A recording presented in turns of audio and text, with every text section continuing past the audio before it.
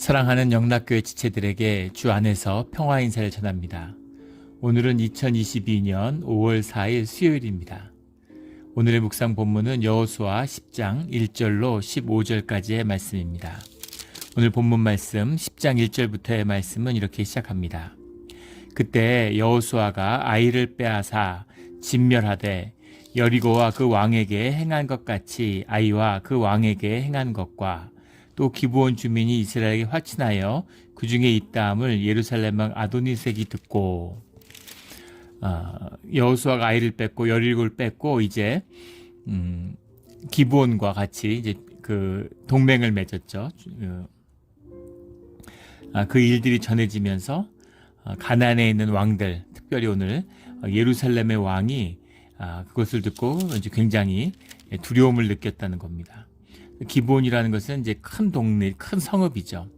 큰 성읍이 이스라엘과 연합했다. 그 다음에 이제 예루살렘은 이 아이와 베델, 그 다음은 이제 예루살렘이에요. 그 다음 차례니까 그 두려움이 굉장히 컸겠죠. 예루살렘이라는 명칭은 이제 오늘날의 예루살렘입니다. 예루살림이라는 말인데 야라흐라는 말과 샬렘이라는 말이 붙었죠. 야레흐라는 것은 이제 땅, 기초 이런 의미고 샬렘이라는 건 이제 우리가 말하는 샬롬이 이제 peace, 평화입니다. Foundation of Peace예요. 평화의 땅. 우리 창세기 14장 8절에 나오는 살렘의 왕 멜기세덱 할 때 그 살렘이죠. 여부스 족속의 땅이고 사사기 시대에는 그냥 여부스라고 불리기도 했습니다. 그리고 다윗 시대에는 다윗의 성이다 이렇게 불리기도 했는데 그것이 우리가 지금 알고 있는 그 예루살렘이죠. 그 예루살렘 왕 아도니세덱이라는 것도 이제 아돈이라는 것이 이제 아도나이 할 때 그 아돈이죠. 왕이란 뜻이고 체데크라는 게 의로움, righteousness 있잖아요. Lord of righteousness 이런 말이죠. 그런 아도니색이 2절에 보면 크게 두려워하였으니 이는 기브온은 왕도와 같은 큰 성이며 아이보다 크고 그 사람들은 다 강함이라. 기브온은 왕국이 아니라 부족 연합체였는데 그 지역에 대해서 그런 종주권을 갖고 있는 그런 성읍이었다라는 뜻이죠. 세력이 막강한 도시인데 그런 부족이 연합이 그 이스라엘과 연합을 하니까 이제 그 두려움이 더 컸겠죠. 3절에 예루살렘 왕 아도니세덱이 헤브론 왕 호함과 야르무드 왕 비람과 라기스 왕 야비아와 에글론 왕 드빌에게 보내어 이르되 내게로 올라와 나를 도우라 우리가 기브온을 치자. 뒤에 있는 왕들은 아모리 족속의 왕들이에요. 그리고 예루살렘의 왕은 여부스 족속의 왕입니다. 여부스 아모리가 연합할 리가 없죠. 아모리 안에서도 5개로 분열돼서 싸우는데 이들이 주님의 일에 대적하기 위해서 하나가 되는 겁니다. 그리고 그들이 그렇게 하나가 될 수 있었던 것은 깊게 보면 대적의 영의 역사가 있는 것이고 짧게 보면 모두 두려움이라는 것을 갖고 있는 거죠. 두려움을 가지고 있는데 그 두려움이 주님을 향하는 경외감이 되면 그러면 주님의 백성이 되는 것이고 그리고 그 두려움이 현실에 대한 두려움으로 무릎을 꿇게 되면 그런 마귀의 자녀가 되는 것이죠. 중요한 차이를 보여줍니다. 5절에 보면 그 아모리 족속의 5 왕들이 모두 올라와서 여기서 아모리 족속이라는 건 여기 여부스도 포함되어 있는데 이들을 그냥 가나안 족속, 가나안 7 족속 뭐 이렇게 하는 것처럼 아모리 5 왕 하는 것도 가나안의 세력을 의미하는 거죠. 그들이 모두 연합했는데 지금 기브온 지역이라고 하는 것, 요단강이라는 걸 건너와서 그 다음에 이 기브온 땅까지 왔다는 건 완전히 가나안 지역을 팔레스타인 지역을 동서로 가르는 겁니다. 남과 북을 끊어놓는 거죠. 그러니까 북쪽도 남쪽도 모두 다 두려움을 느꼈겠죠. 그래서 이 팔레스타인 지역에 있는 5 왕이 모두 연합해서 함께 싸우자 하고 몰려왔다는 겁니다. 근데 이 싸움이라는 것이 전쟁이라는 것이 이제 아주 흥미로운데 사실은 이게 하나님의 개입이 아니면 이스라엘 족속이 이 아모리 족속의 어떤 왕 하나하고 대적해도 이기지 못해요. 그게 정확한 실력입니다. 주님이 함께하고 주님 안에서 한 마음이 되었기 때문에 그래서 이 전쟁을 싸우게 되는데 5 왕국이 연합해서 함께 싸우기 위해서 몰려오는 것이죠. 이 싸움은 지금으로 치면 대한민국이 중국, 러시아, 일본 연합군하고 싸우는 것 정도 느낌일 겁니다. 예. 쿠바가 미국하고 싸우는, 멕시코, 쿠바까지는 아니더라도 멕시코가 미국하고 싸우는, 캐나다가 미국하고 싸우는 그런 느낌일 거예요. 상대가 안 되는 싸움입니다. 근데 아무 두려움이 없이 담대히 싸우는 이스라엘의 모습을 보게 되죠. 여리고와 아이성의 사건을 겪으면서 이스라엘은 이 지도자를 중심으로 여호수아가 완전히 하나님께 붙들려 있기 때문에 너무 당당히 두려움 없이 싸우는 거죠. 그들이 싸우는 대상은 자신의 두려움, 자신의 믿음이 부족한 불신앙이지 결코 대적이 될 수 없다라는 것을 잊지 않은 거죠. 싸움은 밖에 있는 것이 아니라 안에 있는 것입니다. 그래서 안에서 이기면 싸우기 전에 이미 승리한 거죠. 그래서 여호수아가 이 전쟁에서 이미 승리했음을 보게 되는 거예요. 7절에 여호수아가 모든 군사와 용사와 더불어 길갈에서 올라가니라. 기브온 사람들이 6절에 보면 와서 도와달라고 요청하는 거죠. 지금 기브온을 이제 먼저 치겠다. 연합하지 못하도록. 기브온도 세력이 있으니까 지금 이스라엘을 상대해야 되는데 기브온이 이제 이스라엘과 연합했으니까 기브온을 먼저 치려고 그러는 거죠. 이건 여러 가지 뜻이 있을 수 있겠죠. 일단 기브온이 같은 가나안 족속인데 가나안을 쳐들어온 그들의 눈에서 보면 이방 세력인 이스라엘과 손을 잡아 그러니까 배신이죠. 배신자를 응징하겠다는 뜻도 있고 또 기브온을 짓밟아야 앞으로 가나안 족속 중에서 배신하는 부족이 나오지 않을 것이다 라는 배려도 그런 어떤 그 계획도 있었겠죠. 그런 것이 이제 복합적으로 적응해서 기브온을 먼저 치려고 다섯 왕의 연합 군대가 몰려오고 있는데 기브온도 이제 아주 바람 앞에 촛불과 같은 그런 어려움 속에서 동맹을 맺었으니까 이스라엘에게 도움을 청하는 겁니다. 이스라엘은 지금 이 가나안 정복의 여정 가운데 있잖아요. 어차피 싸워야 할 전쟁이고 모두 정복해야 할 싸움인데 그들이 모여 있으니까 그들과 결전을 위해서 가나안 정복의 가장 중요한 전쟁, 그 전쟁을 위해서 그 대결의 장으로 가고 있는 거예요. 그런데 10장 우리 내일 나누게 되겠지만 그 정복 전쟁은 사실은 그 앞에 있었던 아이성 전투와 비교하면 말할 것도 없는 수십 배, 수백 배 더 어려운 싸움이었을 텐데 싱겁게 끝나버리고 말죠. 그 싸움의 시작입니다.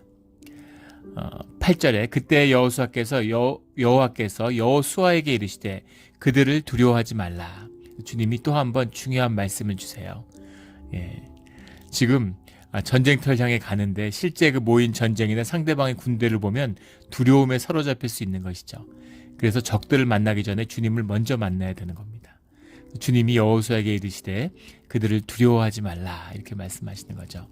두려움이라는 것이 인간의 그 진화의 생태 가운데 가장 본질적인 감정이에요. 우리가 여러 번 나눈 적이 있죠. 얼마나 두려움이라는 게 인간에게 뿌리 깊은 것인가.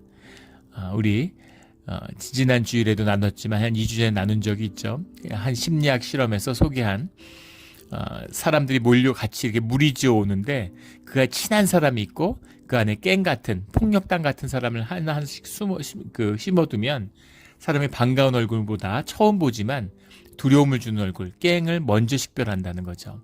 사람이 얼마나 뿌리 깊게 두려움을 가지는 방향으로 진화해 왔는가 하는 것을 보여주는 것입니다.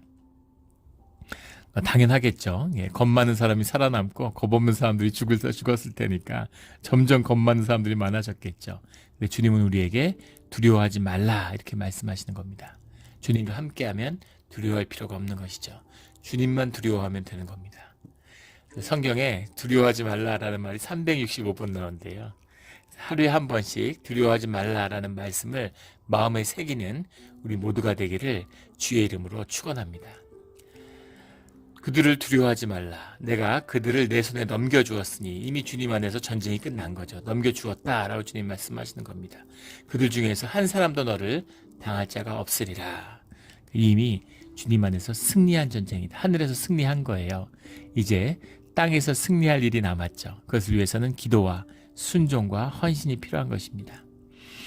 9절에 여호수아가 길갈에서 밤새도록 올라가 갑자기 그들에게 이르니 여호수아가 놀라운 이 전략을 선보이는데 길갈에서 이 기브온까지 밤중에 이동을 한 겁니다.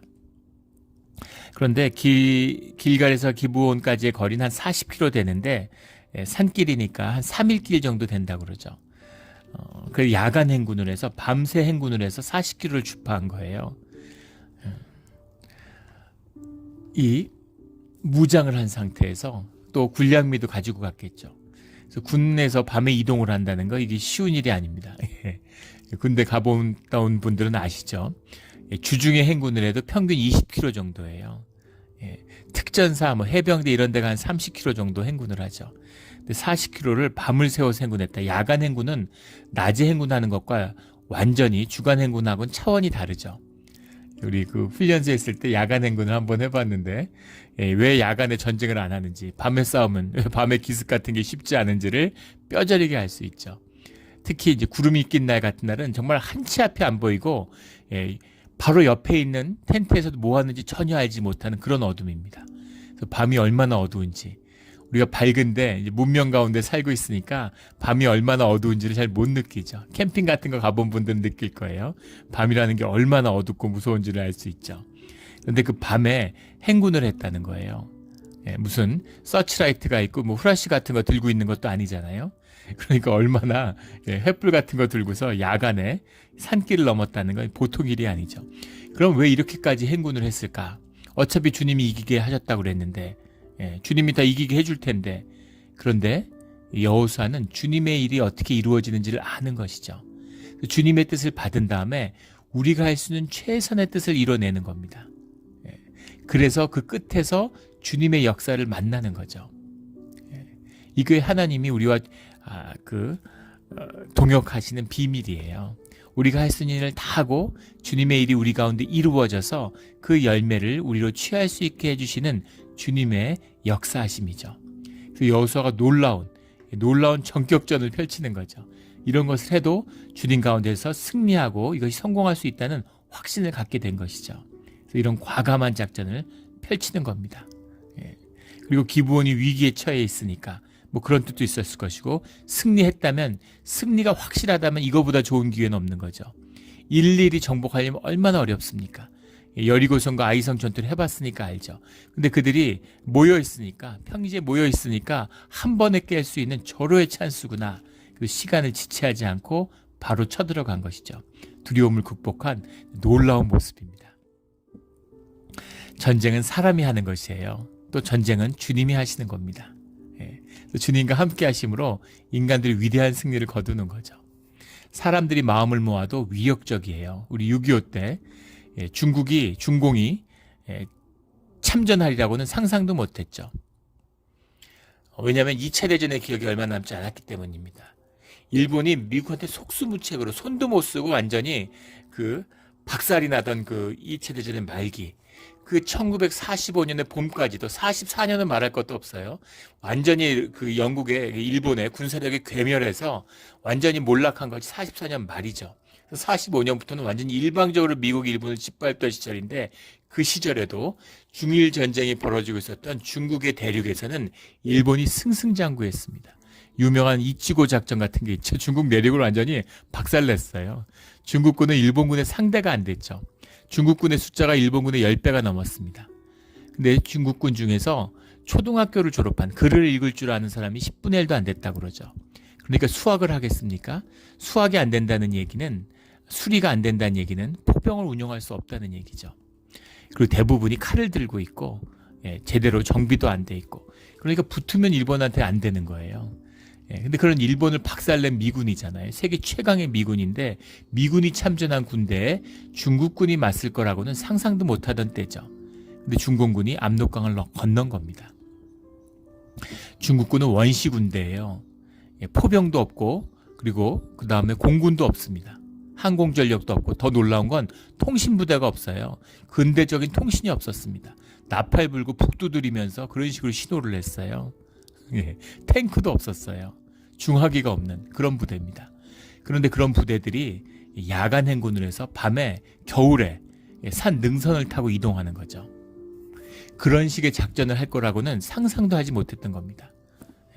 그래서 포위 선멸, 밤에 능선을 따라 이동하고 많은 군대, 인해전술이라고 그러잖아요. 많은 군대가 포위한 다음에 야간에 공격하고, 속수무책으로 당했죠. 초반에는 그런 처음 보는 전쟁 형태, 처음 보는 군대니까 속수무책으로 당했습니다. 그 당시 첨단 부대가 손도 못 쓰고 계속 밀렸던 거죠. 그게 사람들이 한 마음이 되었을 때 중국이 내전과 중일 전쟁을 합쳐서 한 15년간 전쟁을 한 정말 백전불굴의 용사들이잖아요. 그러니까 그들이 민족을 해방하겠다, 제국주의와 싸우겠다 이런 마음으로 뭉쳤을 때 어떤 힘을 보여주는지를 근대 전쟁에서도 경험했죠. 하물며 사람들이 한 마음이 돼서 그 당시 칼 들고 싸우는데 한 마음으로 싸울 때 그 힘은 어떤 것이었을까? 그들이 한 마음이 되었을 때 주님으로 한 마음이 되었는데 두려울 것이 뭐가 있겠습니까? 그런 데서 이제 밤을 새도록 올라가서 갑자기 그들에게 이르렀다라고 구절에 얘기하죠. 갑자기라는 말이 피톰이라는 말인데, 피톰이라는 말이 눈을 깜빡인다는 뜻이에요. 눈 깜빡할 사이에, 눈 깜짝할 사이에 이르렀다는 거죠. 물론 뭐 밤새 걷고 굉장히 고된 행군이었을 거예요. 그런데 전격적으로 갑자기 기브온 앞에 나타난 거죠. 10절에 여호와께서 그들을 이스라엘 앞에서 패하게 하심으로 여호수아가 그들을 기브온에서 크게 사륙하고, 놀라운 싸움입니다. 밤새 행군을 했는데 도착한 날 싸움을 해서 크게 이긴 거예요. 어떻게 이럴 수가 있겠습니까? 지쳐서 제대로 싸우질 못하죠. 현대 축구 같은 거 보세요. 축구 일주일에 한 번씩 하는데 그 유럽의 팀들 요즘에 이제 뭐 챔피언스 리그 이런 거 EU, FA 지금 이제 뭐 준결승 결승을 앞두고 있죠.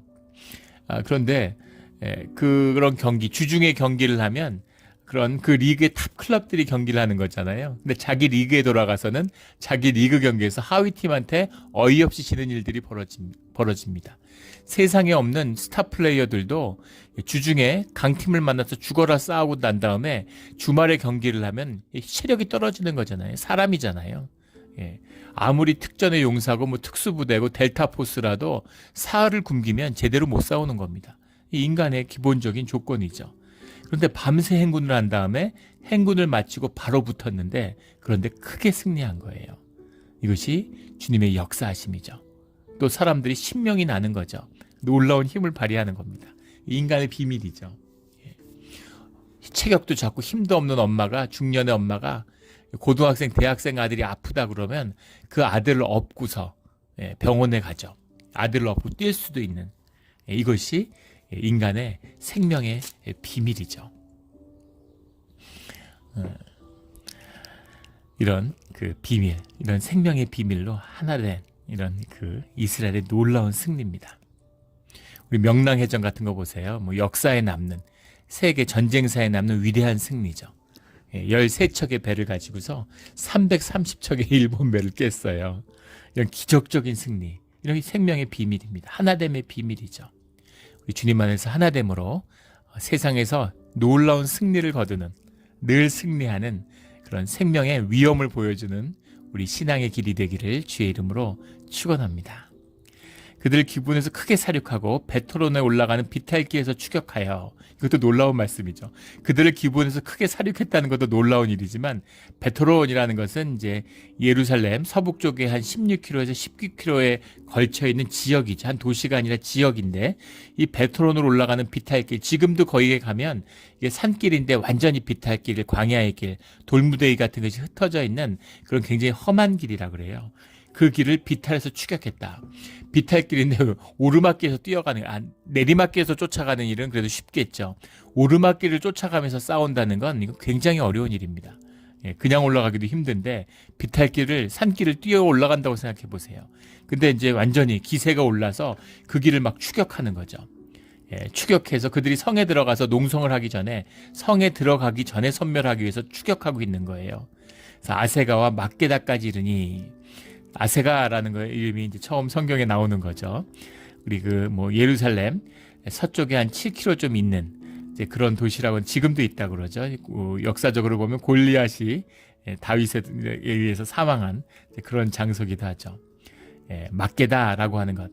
막게다라고 하는 것은 이제 목자의 숙소라는 말인데, 말 그대로 막게다가 평지라고 하는 것을 의미하는 거죠. 비탈길을 벗어나면 그러면 평지가 있는 거죠. 그런데 지도를 가만히 보면은 사실은 베터걸로 올라가는 비탈키에서 추격하여 아세가와 막게다까지 이르렀다라는 건 산을 완전히 넘어서 가나안의 평야지대로 들어갔다라니까 광범위한 추격전이 벌어졌다라는 것을 알 수 있는 거죠. 그러니까 지금 수십만이 쫓아가서 지금 길갈에서 출정했잖아요. 전 부대가 몰려와서 5부족을 깼을 뿐만 아니라 5부족이 도망가는 그 루트를 따라서 계속 추격하고 있는, 그들의 성까지 추격하는 일방적인 대규모 대부대 작전이 벌어지고 있다라는 사실을 볼 수 있습니다. 그런데 11절에 그들이 이스라엘 앞에서 도망하여 베토론의 비탈길에서 내려갈 때 여호와께서 하늘에서 큰 우박덩이를 아세가 이르기까지 내려갈 때라는 말은 그들이 이제 도망칠 때의 얘기겠죠. 내려간다라는 의미는 꼭 지형적으로 내려간다라는 의미가 아니라 그 전쟁터에서 물러간다, 그런 의미로 이해하는 것이 맞을 것 같습니다. 근데 하늘에서 큰 우박덩이를 아세가 이르기까지 내리심이 성까지 도망가는데 계속 하늘에서 돌덩이들이 내려왔다는 거죠. 우박덩이다, 헤스토 이렇게 해석을 했는데 원문은 아바님 거덜로트라는 말입니다. 아바님 거덜로트. 아바님이 이제 돌들 이런 말이고, 거덜로트라는 게 이제 크다 이런 의미인데, 가달이라는 말에서 왔죠. 가달이라는 말이 이제 그레이트, 아주 엄청나게 큰. 그러니까 우박이 뭐 그렇게 큰, 우박이 아무리 커도 주먹만 하죠. 물론 주먹만한 돌을 하늘에서 맞아도 치명타였겠지만 거대한 바위덩이 같은 것이 하늘에서 떨어졌다는 겁니다. 돌덩이가 하늘에서 떨어지니까 이거 뭐라 말할 수 있겠어요. 그러니까 이스라엘 자손의 칼에 죽은 자보다 우박에 죽은 자가 더 많았더라. 하늘에서 떨어지는 돌에 맞아 죽은 자들이 더 많았다는 겁니다. 우리 똑같은 의문에 봉착하게 되는 거죠. 아니 이렇게 이길 거면 처음 모였을 때 피 흘리고 싸우게 하지 말고 처음부터 그냥 돌을 무대기를 하늘에서 떨어뜨려서 다 돌에 맞아 죽게 하시지 왜 이렇게 이런 방법을 쓰셨을까? 이스라엘이 자기 실력으로는 못 이기는 거죠. 절대 못 이깁니다. 그래서 하나님의 적극적인 개입, 하나님의 이적이 임해야 되는 거예요. 그래서 이스라엘도 최선을 다했지만 최선을 다해도 안 돼요. 그러니까 주님이 하늘에서 돌을 떨어뜨려 가지고 돌에 맞아 죽은 자가 칼에 죽은 자 더 많은, 그러니까 사실 주님이 더 큰 역할을 하신 거죠. 그런데 왜 그러면 칼은 들고 왜 싸웠느냐? 어차피 돌로 떨어뜨려 죽일 거면. 근데 이 싸움을 통해서 이스라엘의 승리를 만들어주고 이걸 통해서 이스라엘이 주님의 백성으로 성장하고 순종과 믿음이 자라나는 것이죠. 이 주님의 역사하심입니다. 우리가 세상에 고난을 겪는 것도 주님이 복 주시기를 원하시면 처음부터 복을 주시지 왜 우리에게 고난 가운데 역경을 극복하도록 하실까? 그것이 복의 핵심이고 복의 축복의 비밀인 거죠. 트랜스포밍 파워를 키워가는 생명의 힘, 생명의 능력을 키워가는 것이 우리가 이 땅에 사는 근본적인 비밀이기 때문입니다. 왜냐하면 이 땅이 끝이 아니에요. 이 땅이 끝이 아니라 이 땅은 학교와 같은 것이죠. 여기서 자라난 생명의 능력을 우리가 죽어서 영원히 살며 누리게 되는 것이죠. 그래서 생명의 능력을 키우는 것, 이것이 주님의 축복입니다. 그래서 우리는 안일한 삶을 살면 복받았다 그러고 고난에 찬 삶을 살면은 무슨 저주받았나 이렇게 생각하지만 우리가 죽어서 만나는 실제, 우리가 주님의 땅에 다시 들어갔을 때에는 그때는 뭐가 축복인지 전혀 다른 모습을 보게 되겠죠. 생명의 능력, 주님 안에서 받은 이 믿음의 이 멋을, 이런 것이 우리에게 진정한 축복이다라는 것을 주님이 보여주고 계시는 거죠.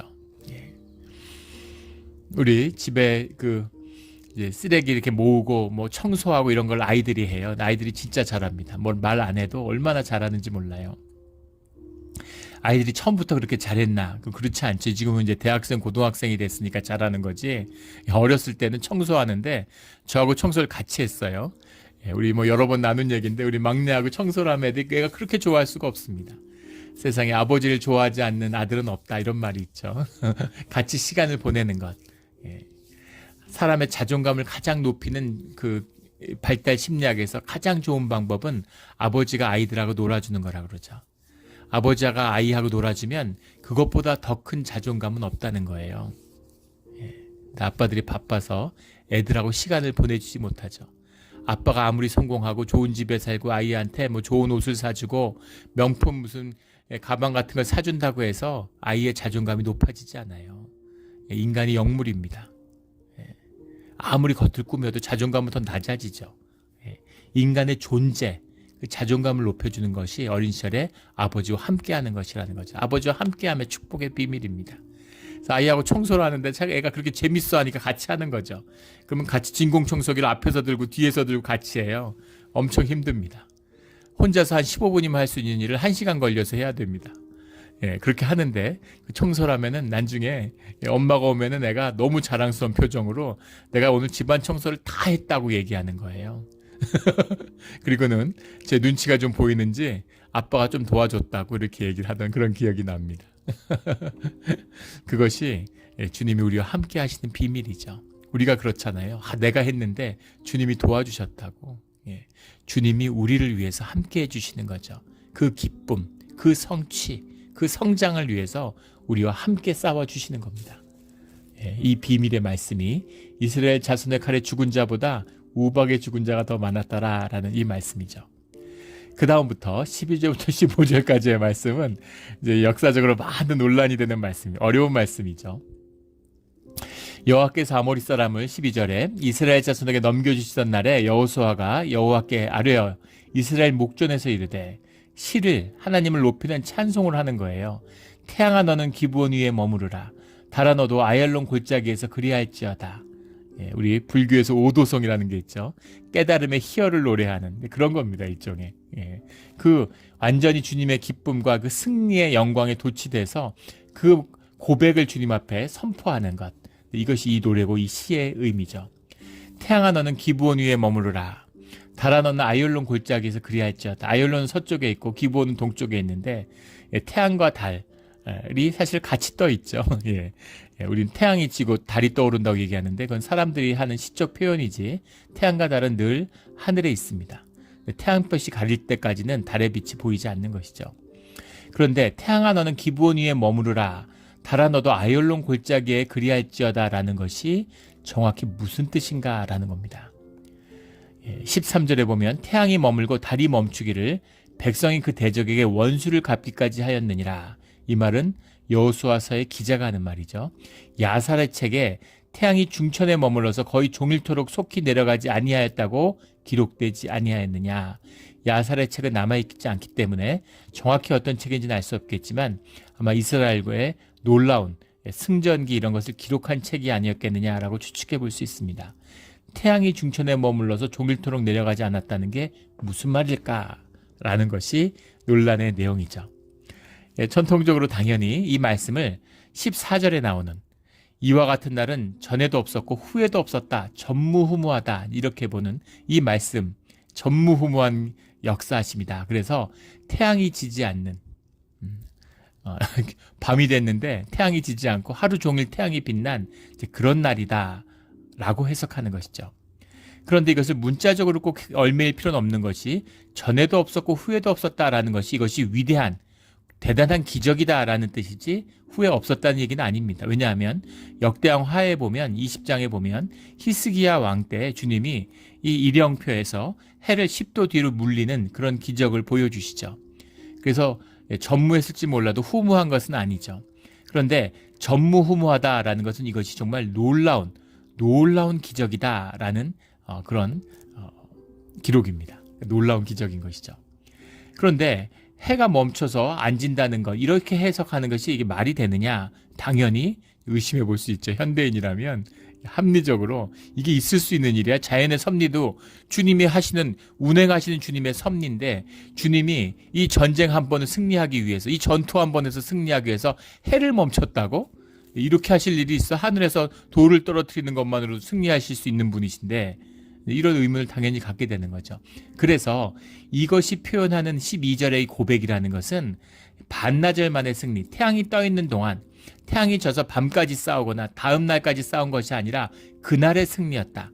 해가 떠 있는 하루 종일, 그러니까 해가 질 때까지 싸웠겠죠. 그리고 그 전투가 산에서 시작돼서 평지까지 내려갔으니까 평지에 내려가면 해가 길잖아요. 우리 몬트리에 사시는 우리 교회 성도님들은 너무 잘 느끼시죠. 파도 바닷가에서 하니까 해가 바다에 질 때까지 우리가 서쪽 끝에 사는 거잖아요. 바다가 질 때까지니까 해가 훨씬 더 길게 느껴지죠. 하루가 엄청 깁니다. 그러니까 산지에서 평지로 내려오니까 훨씬 하루가 길게 느껴졌겠죠. 꼭 느낌이 아니라 그 한나절, 하루 종일 싸웠지만 해가 떠 있는 그 반나절의 승리다. 이런 놀라운 짧은 기간에 극적이고 위대한 승리를 거뒀다라는 것에 대한 시적 표현이다. 놀라운 승리의 표현이다. 이렇게 이해하는 것입니다. 그 승리, 놀라운 승리를 선포한 것이고 주님이 함께한다라는 뜻을 선포한 것이다. 이런 의미죠. 두 번째 전통적인 해석 가운데는 이것이 해가 어떻게 안 지을 수가 있느냐, 이게 말이 되냐. 그래서 이것은 오히려 반대로 태양이 떠 있는데, 그것도 일리가 있어요. 태양이 떠 있는데 태양빛 아래서 잘 싸우지 않죠. 지금도 현대전을 해도 첫 탱크에다 에어컨을 달고 있는 현대전을 치르는데도 낮에 싸우지 않습니다. 중동에서 전쟁을 하면 밤에 싸우죠. 밤에 진격을 시작해요. 낮에는 해가 뜨면은 다 낮잠을 자거나 피해 있지 웬만해서는 낮에 잘 싸우지 않습니다. 그런데 이 시절에 땀 흘리면서 들판을 뛰어다니는데 낮에 싸운다는 게 쉬운 일이 아니죠. 근데 낮에 싸운 겁니다. 그만큼 절실하고 절박한 싸움인 거죠. 그런데 이 싸움을 구름으로 태양의 열기를 주님이 가려주셨다. 그래서 기브온 위에 머무르라 라고 하는 말은 그것이 중천에 떠오르지 않고 동쪽에 서광이 비치는 것처럼 밝죠. 구름이 가려도 낮이니까. 하지만 구름으로 태양을 가려주셨기 때문에 그렇게 싸워서 이긴 것이다 라고 하는 이제 그런 의미로 해석하는 이제 견해가 있습니다. 그거보다 더 합리적인 해석을 시도하는 것은 이것이 햇빛의 굴절 현상이었을 것이다. 해가 서편으로 지지만 우리 몬트레이 같은 데서 10월 달 이렇게 되면은 이제 그런 게 나타나잖아요.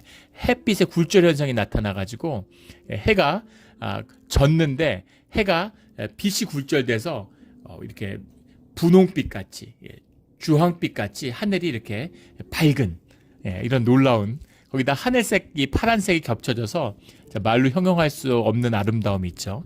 저도 이런 석양은 여기 몬트레이에서 처음 봤어요. 야, 이렇게 하늘이 아름다울 수가 있구나.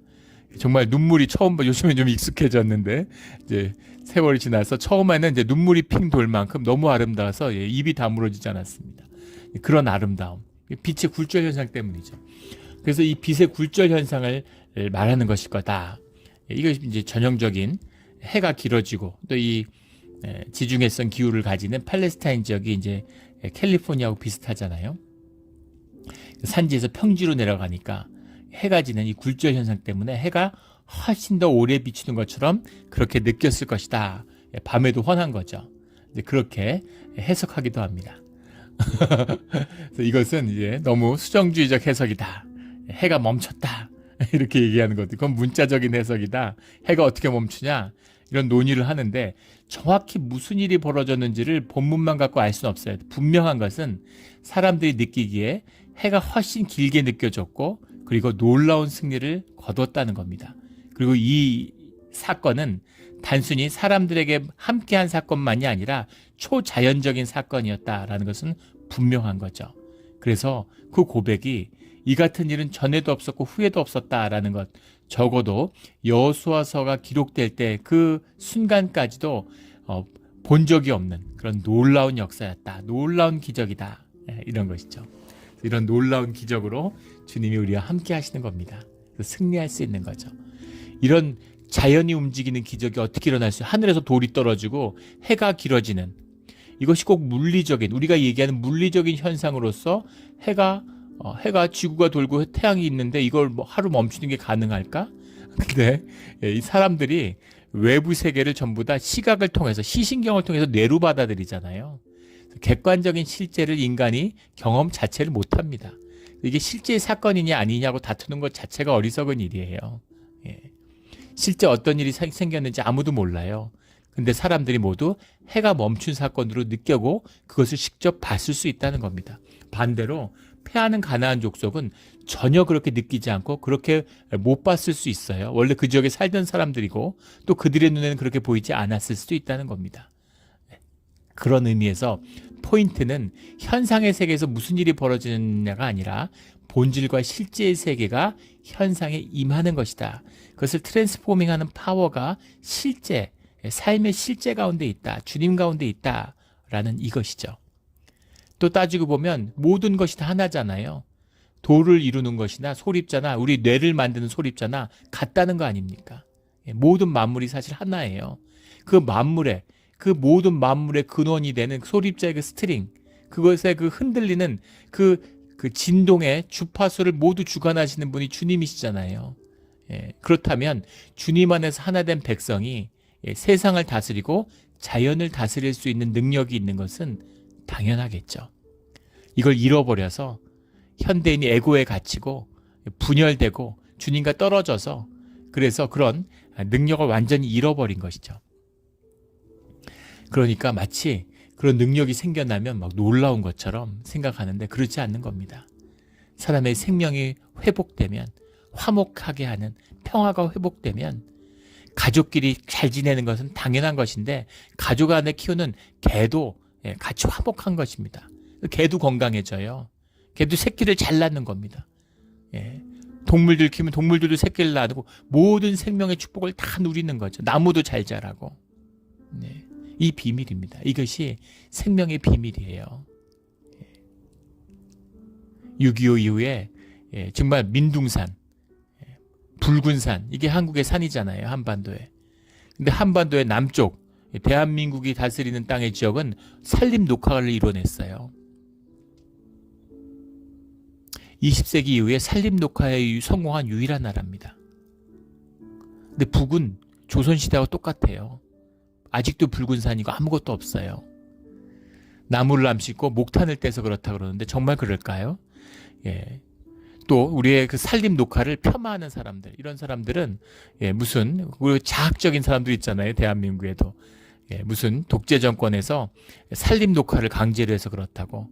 독재 정권이라서 산림 녹화가 되면 세계의 대부분이 다 독재 정권인데 북한이 그 중에 왕 중에 왕이잖아요. 최악의 독재 국가잖아요. 그럼 북한은 완전 정글로 정글이 됐어야 되지 않겠습니까?